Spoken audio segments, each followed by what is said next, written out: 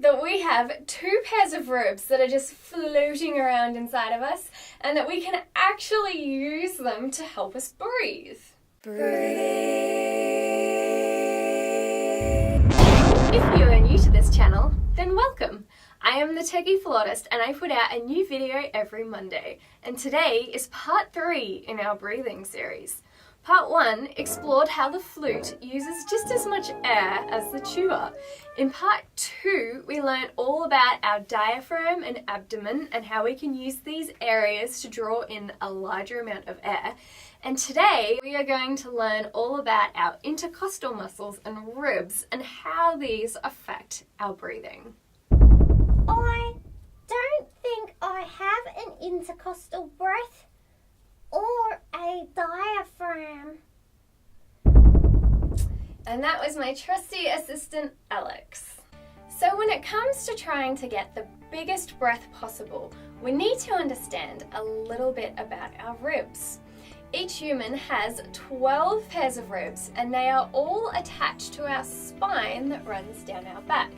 Now the first 7 ribs are also attached to our sternum or chest bone that runs down the center of our chest. Our bottom 5 ribs are sometimes called floating ribs because they are not directly attached to our sternum.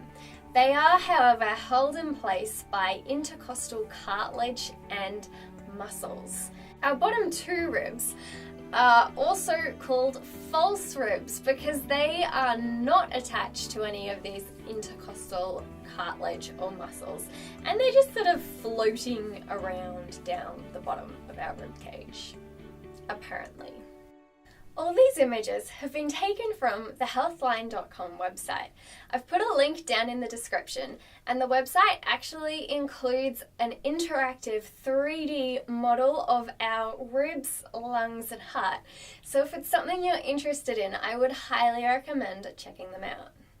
So when it comes to breathing with our ribs and intercostal muscles, you actually want to think about expanding and moving your ribs outwards. This will allow you to take a larger breath, which means you can play your instrument for longer and louder.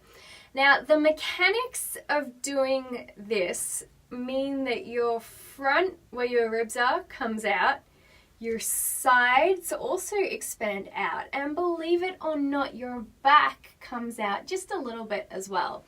Now, in all honesty, I am not very good at the back breathing, but that's okay because I'm human and everyone has their little areas that they need to practice and work on, and that's just mine. Plus, I really enjoy practicing, so I'll just get cracking on that one.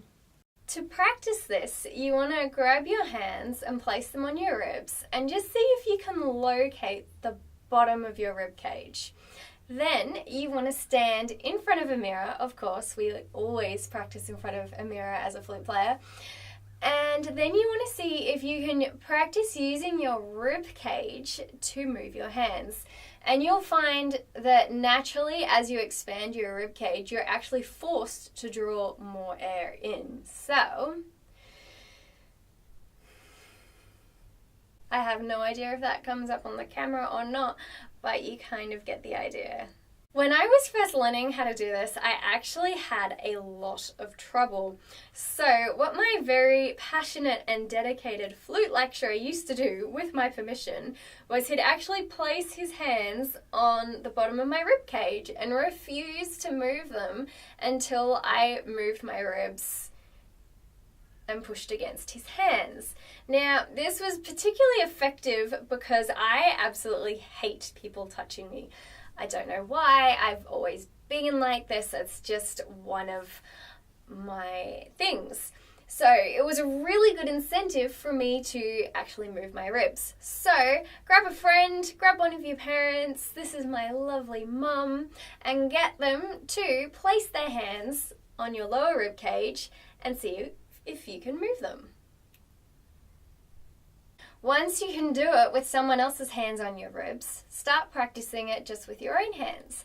And then once you've got the hang of that, see if you can reproduce it with no hands. Then, once you have got the hang of this, you can practice combining it with our diaphragm and abdomen breathing that we looked at in our last video. And once you've done that, you are well and truly on your way to mastering fluty tooty breathing. I hope you have enjoyed today's video. If you have, then please show your support by liking, subscribing, and leaving any questions or comments down in the comment section below. I am the Techie Flautist, and I look forward to seeing you next Monday for the next piece in our breathing puzzle, thoracic breathing. I will also be giving you a fantastic tool for engaging all 3 levels of our breath.